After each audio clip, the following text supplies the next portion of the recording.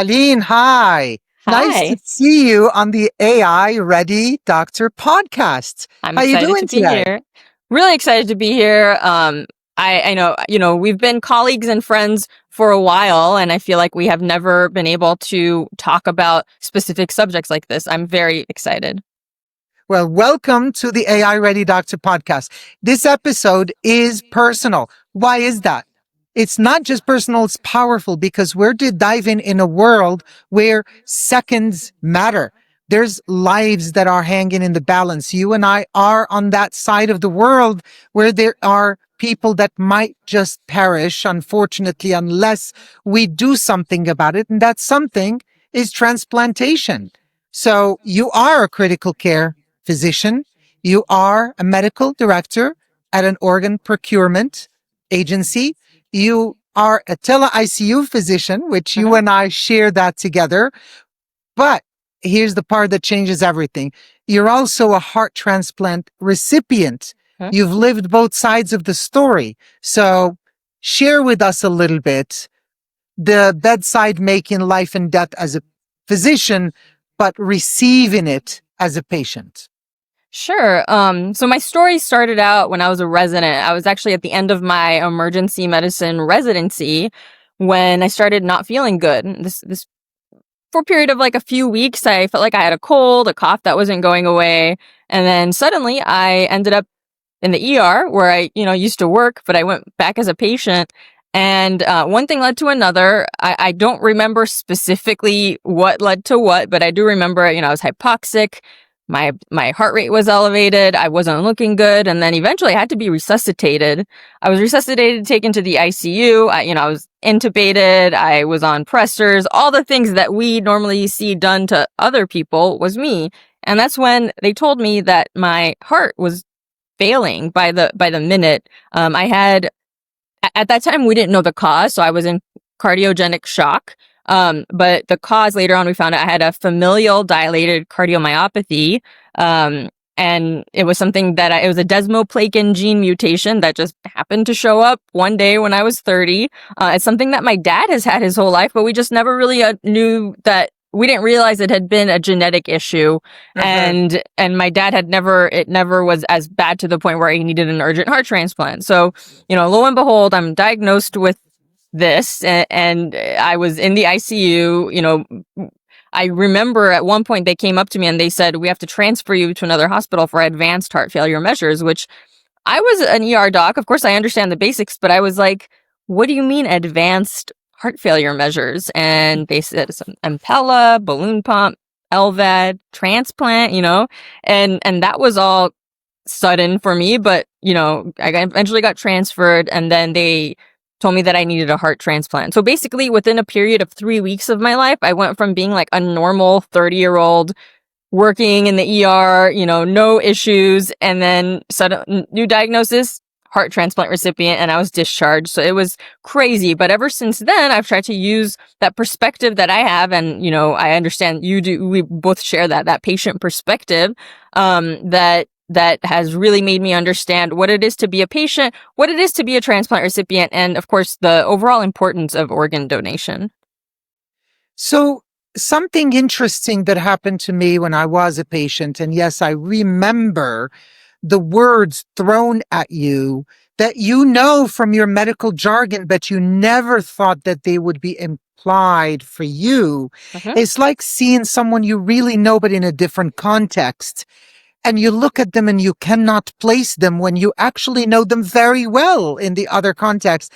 And so scanning the tone, the face, the body posture, the time they spend at your bedside, how does it feel for you now that you're on the other side? Sometimes I tend to overcompensate. Tell us a little bit about your experience.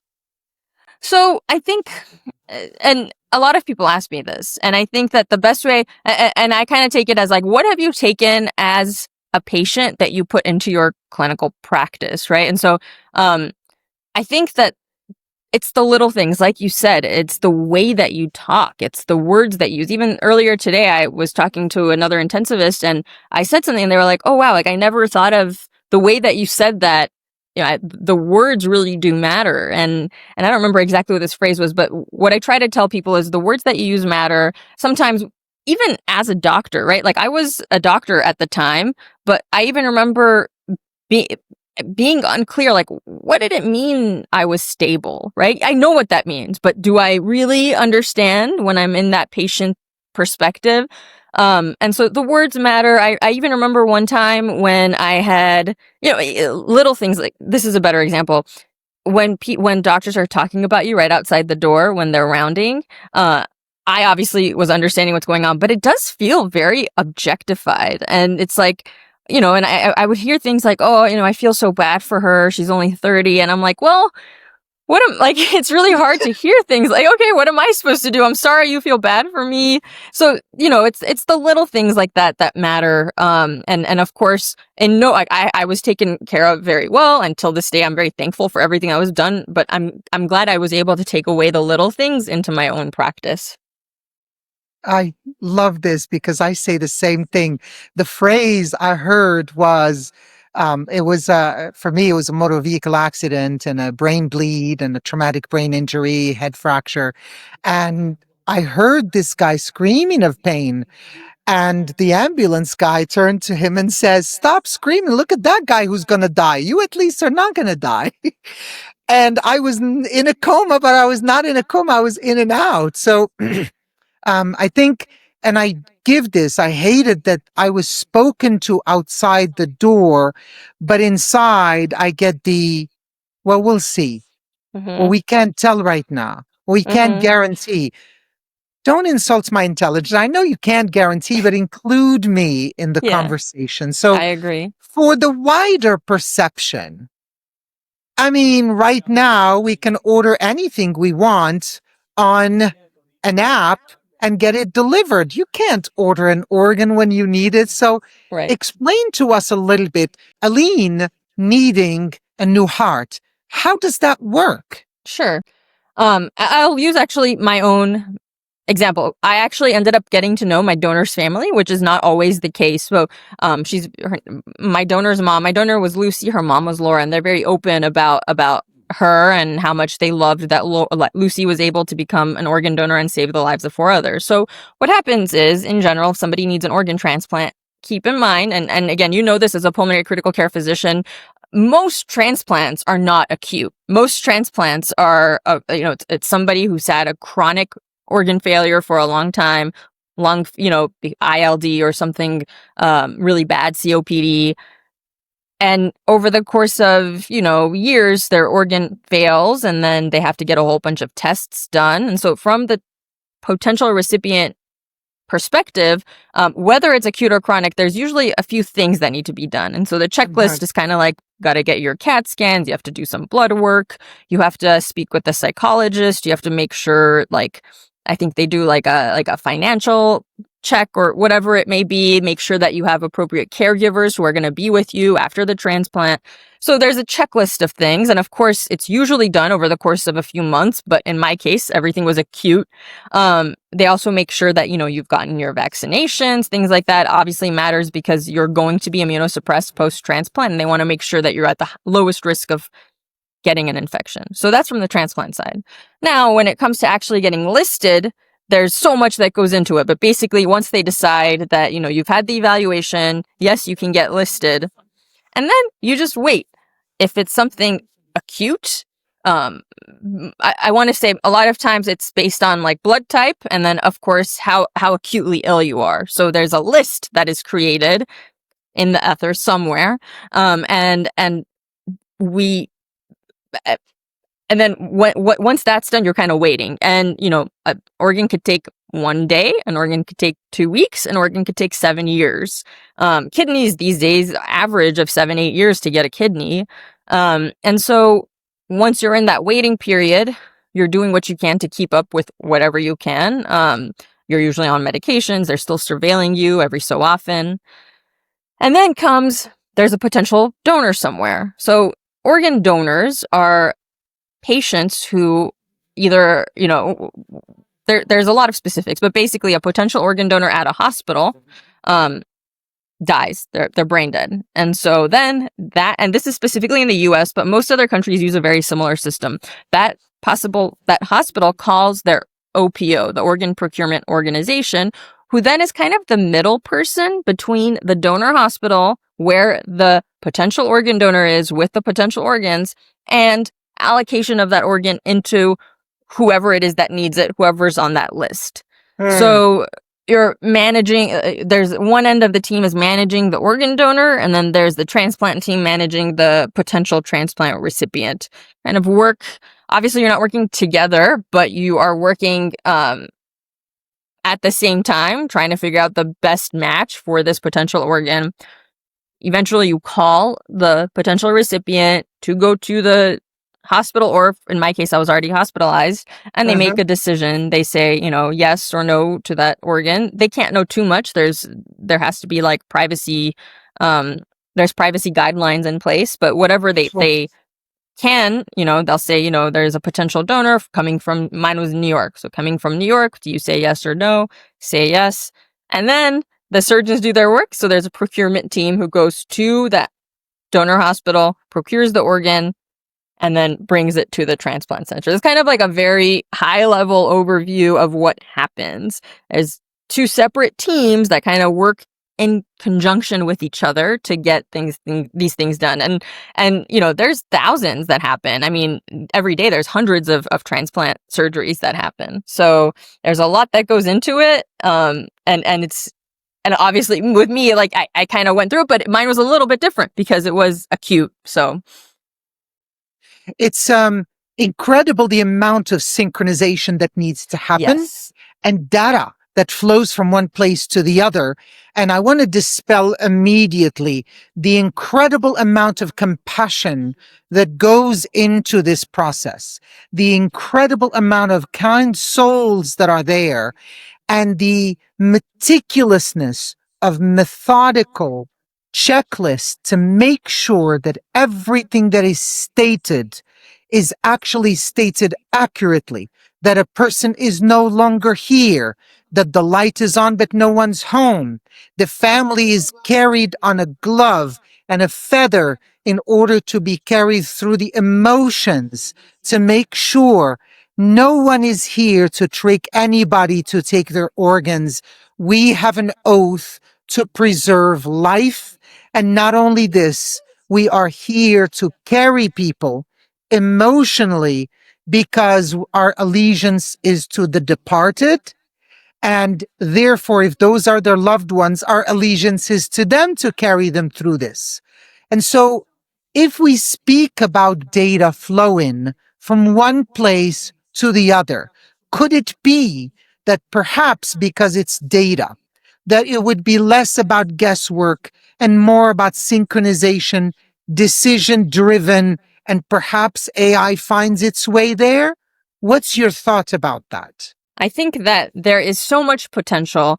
Now, I will caveat with this. Right now, there's a lot of changes happening to the national organ donation system. And whereas I do agree, I'm always open to change. And I think any system, right? Any system, it doesn't matter if it's society, if it's a medical system, whatever it is, there's always room to improve. There's no such thing as a perfect system. And so that, in my opinion, is where things like AI and machine learning can come in. And so I think our system is great, but I do think that there need to be some changes to it, which I agree with. At the same time, I don't want to let go of the sight that it is a great system and we do what we can. And I'm speaking as a physician, like we work really hard to make sure that everything is in place. You can only imagine how much more work goes into potential organ donors, making sure that the checklists are checked off, making sure everything is correct. But there's always room to improve. It's not just this one system. There's any sort of system, there will always be room to improve. And that's where I think these types of conversations, discussions about data, how can we improve even something as simple as the match system. I personally, it's hard for me to explain exactly how it happens, right? And I'm in it. It would be so much more different if we put it all into a machine and made it, and by the way, there is an algorithm that goes into all this, but can it be improved with machine learning and AI? I'm sure it can. So let me let me ask this question then. Families ask, how do you know my loved one's organ is going to the right person? The answer isn't the algorithm said so. So eventually, no matter what changes happen, there still needs to be explainability, transparency, and a human in the loop. All are terms that we've used within AI. So share with me a little bit your perspective about the explainability to the patient's family, about the transparency, and how can we make sure that the human in the loop is the one supervising whatever change might happen. Sure. That's a great question. At the end of the day, we also have to remember that patient privacy is a big deal, right? And so there are certain things, like you can't just be like, hey, your loved one's heart is going to this, 30-year-old named blah, blah. There's going to be some, there are going to be some boundaries, right? But I think overall, with as much as we can share, I agree with it. I agree with transparency, even little things like, hey, I know, I understand that, my loved one is brain dead, but what blood test are you doing right now? I'm all for that. Whatever can be explained should be explained. But at the same time, making sure that families do understand that not everything can be because of privacy. We also have to be cognizant of the transplant side. And the same goes for the transplant recipient. So many times transplant recipients want to know, like, how did my organ donor die? Who are they? And you can't always know. You can know as much that will potentially impact the organ, right? But you're not going to know every single detail. Even me, I got to know my organ donor's family, and there were a lot of things in place. Like, I couldn't tell them that I lived in a certain area. I couldn't tell them my full name. I couldn't, until we ended up eventually getting closer. But that first point of contact was very, very, there's a lot of boundaries, and these things are set for a reason. So I think that overall, transparency, explainability matter as long as the loved ones, family members, patients understand that there's only so much we can be transparent about. I think that the patient experience is paramount in this. It is also not very well known how much training goes into training the professionals, rehearsing the conversations, role playing, make sure that some people have personalities that are patient and family facing, whereas others would be best in the background. There is no room left for just guesswork and so on. So, how do we perhaps talk about you being in the trenches and you knowing what happens behind closed doors and all the training and so on, knowing that there are some changes happening down the pipeline? Let's talk about equity. Let's talk about access and perhaps policy so that we can allow everyone to have the right to this life-saving therapy. What are the latest conversations around people having access to this therapy? The latest conversations are definitely about improving access. Now, again, it's such a I don't know if like esoteric is like the best word, but it's such a large system with so much ambiguity. Not in the sense, not medically. Like medically, we all know what we're doing, but operationally, things might differ from one region to another. Even internationally speaking, things are done way differently in Spain than they are here. And so I think that Morocco. Yeah, or in Morocco. And so I think that in general, as long as people understand that medically, clinically, most things are the same. I don't anticipate any changes. When it comes to operationally, at the end of the day, you've been a physician, I think longer than I have, which I didn't realize that I thought you were my age this whole time. So, you've been a physician, Of course I am. There's been plenty of changes since, I'm assuming, since you finished residency and training, right? There's changes to guidelines. Yes. There's changes operationally. Whenever CMS, adds something, or when policy changes, we adapt. I think physicians in general are very good at adapting to whatever happens around them. So I think the main thing to know is that no matter what changes policy-wise to improve equity and access, at the end of the day, in my opinion, everybody's going to be okay, and nobody needs to take the trust out of the system, which I know is difficult sometimes, but that is the truth, is that whatever changes around these or happen or around the next few months or years, at the end of the day, we are still going to focus on getting people transplants that they need, and in fact, improving it to the best of our ability.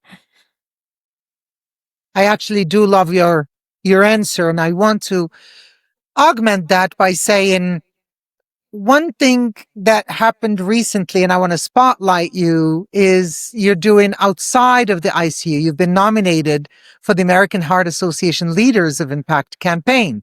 That's not just a title, and as we come to know, it is personal for you. So share with us a little bit about that.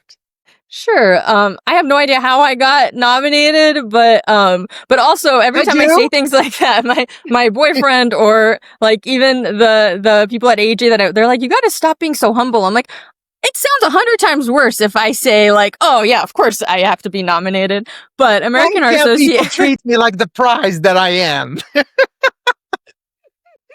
Yeah. So American Heart Association had nominated me, the SoCal chapter, had nominated me to be a leader of impact, which is basically a group of us for the next 6 to 7 weeks are going to be raising money. It's kind of a challenge in that like we have the same goal, but we're all working hard to see who wins this challenge to raise the most money. And it means a lot to me because, I've been impacted by heart failure. My dad has heart failure, and I understand that the money here goes to community and research and everything that we need to do American Heart Association. I'm pretty sure every couple of years I got to get my ACLS card and a million other things that they do. And so it's an important organization for me, not only professionally, but also because I am a heart patient. And so I was nominated, and now I'm trying to raise some money for them. So we'll see where things go. Well, I think that it's well deserved. A lot of people think about raising money and they go directly into, calculating and things. And for me, when I was in that bed and I was counting the seconds, I had hoped that people could have put together whatever resources. And that's why whenever we talk about resources, we talk about money, but it's mostly items that will reach people's loved ones. And you and I went into medicine, as cliche as it sounds, to help. And as you graduate and you go in from the first year to early career to mid-career, you start to think, I just said it this morning into an interview, which is first you learn, then you earn, and then you want to return.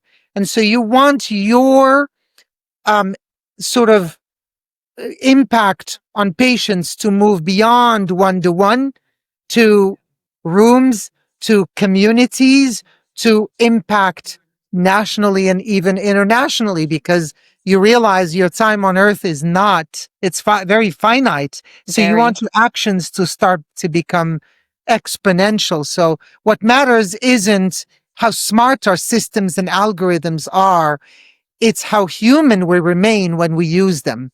So let me put a picture ahead. 5 years, 10 years from now, when AI has really changed the game in transplants, and I have no doubt it will, what do you hope patients will say? I'll give you an example.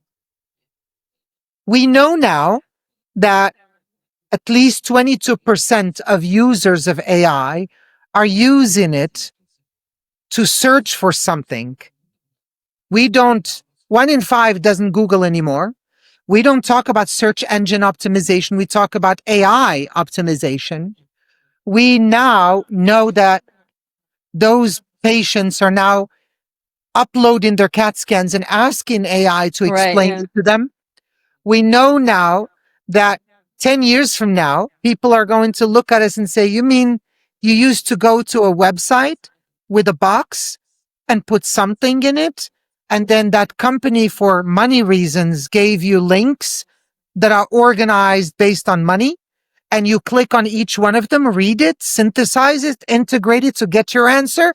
That is crazy. So I say the wisdom of a generation is the accepted fact of the next. And so we know that AI is going to impact lung and organ transplant in general. So what do you hope patients will say 5, 10 years from now? Give us a vision, your personal vision. My personal vision. So I think that AI could impact in several ways, right? And I mean, there are ways that I don't even know, right? Like that's the crazy thing about AI is I don't even know what I don't know. So who knows? But I think in general, we can use AI to improve things like patients getting on a list, making sure that the person who needs it most is the one who's up next, right? Again, we do what we can now, but I assume it would be improved with some sort of AI technology. And then, of course, matching organs is another thing that we could use AI for. So these are more to make sure that the closely matched organ is going to the correct transplant recipient. And overall, we're pretty good at that. But I can only imagine how much better it can get with a system that uses AI. So those are a couple of like high level, bigger picture things. But I also think that one thing that we forget is also the patient advocacy aspect of it. How can AI help our patients? How can AI directly help our patients, not just by helping get an organ for them or, helping with organ donor management or whatever it is. But as a patient, or I know where resources are. We're doctors. Like I know I'm supposed to go to this specific website and I'll get a guy. I can go to UpToDate and I can look at, my own algorithm on like, what was going to happen if I have rejection. So those are things that me and you have. And sometimes I say this, I don't know how patients are patients without being doctors, right? Like it's difficult for me as a doctor. So I don't even know how difficult it is for someone who hasn't gone to medical school. And I'm not saying that in a derogatory way. I'm saying that like it's a full-time job to be a patient, to be a patient with a chronic illness. So I can only imagine how much things could improve if there was like an assistant who could help answer things for you as a transplant recipient, or if there was something, again, I don't know what I don't know. So who knows what this actually is, but if there was something that we could use it for to improve education, to improve the resources that we have, to help, make things, more understandable for patients, things like that I think is just an area that hasn't even been looked at. Like I could see all the ways it's helping in medicine, but we also have to look at the ways that it could help our patients, and not just transplant recipients, any sort of patient. So here's a plugin. Companion AI. I talk about it as there's a pros and cons, and the only way that it could help is if you actually are taught and educated how to use it. Mm-hmm. Whereby you create a character and you can talk to that character. I create sometimes a nurse and I speak to that nurse so that I can be educated on how a nurse perspective would be for a specific theme. Having a companion AI that would be trained on organ transplant education and on all of the documented interactions, role-playing, testimonials, and have that companion AI be the emotional support on a website for a patient who is about to go through the organ transplants in general or organ donation. That's one area for the patient. And then the second area is when I imagine a patient saying, I didn't just get lucky. I didn't get matched by luck. I got matched by design. Mm-hmm. And so when you look at a medical record and how Epic has come up with this incredible millions of records taught to this AI, where the physicians now had chatbots so that they can ask, has this patient ever had X, pneumonia vaccine or whatever, or the patient themselves have a chatbot with their own record, Right. or the hospitals themselves can ask longitudinally. And as that data is being sent, you know how it is when we send data for a patient who is unfortunately brain dead, but hoping to help others with the gift of life. But you have all these labs that are being sent. And as they're flowing back, shortening the time for the flow of that data, matching it with a, database that is, perhaps age, gender matched, and so on to give you whether that's normal, not normal value, whether that has already been done before for the patient. There are plenty of ways where this data could be helped by AI, but only if we are able to be educated how to ask. What data has it been trained on? What model is used, and is there equity in that model for the normal values and everything else in order to get back what we want instead of what AI deemed priority? I just say AI is is its own diet. If you feed it well, it will give you healthy responses. So that's really the heart of it, literally. Yeah, that's incredible. Now you know what you could do with your free time. So I think for me to wrap up this, I can only give you the floor to share with us your, perhaps on a personal level, where do you see thing happen to you as a patient and as a doctor in this field? And in general, if you had, if I were to give you, I still am Arab and I still am Moroccan, an Aladdin's lamp with a wish to rub and something to come true, what would you see come true for you personally, professionally, and for the organ donation in general? I think it's easy to say for in general organ donation. I think that if I had one wish, it would be that things could improve in a blink of an eye, which is obviously impossible. But even deeper than that, I think that I wish for others to understand that even when there are changes, trust in the system is much needed. And as a doctor, I know that we are all trying our best. We're doing our best. We're doing what we can with what we have. And I really want others to understand that as well. On a more personal level, I think that, I mean, it's easy to say, well, I wish I had like 100 years left, right? Which I don't know, because I'm also an ICU doctor and I understand quality of life. So who knows about that? But I think on a more personal level, having a heart transplant, one thing that is always something that is talked about is our immunosuppressants. These medications that we're on are great. They're amazing. I'm so grateful for them, but they can be improved. And so on a more personal level, if there's anything that I would do in an instant is to help others, help the future organ transplant recipients with maybe figuring out a better way to immunosuppress or to better immunosuppressants with less side effects of cancers and infections, things like that. And then, or maybe, this is big deal, xenotransplantation or, printing, 3D printing. There's so much that could happen so that someone does not need to be immunosuppressed. And that would be like a personal wish for sure. That is beautiful. I am going to wish you more life to your years and not just years to your Years. life. I am Appreciate in that. the intersection of research at IQVIA where I sit in the lung space and see what is coming, and thankfully be in the rooms where research is designed for a variety of indications, lung transplant being one of them. And I'm excited about what's in the horizon Oh, because interesting. we Good to- help execute a lot of these trials. That's super awesome.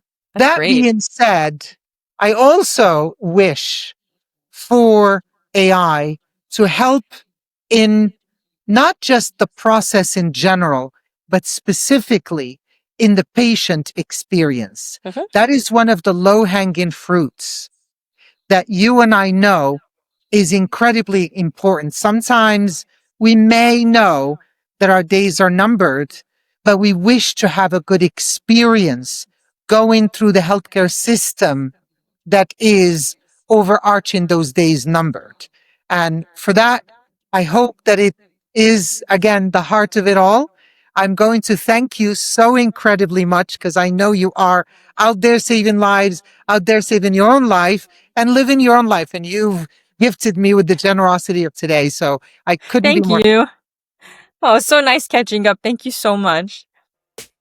You have yourself a wonderful day. Curiosity is infectious. Catch it here and see you next time on the next episode of the AI Ready Doctor podcast.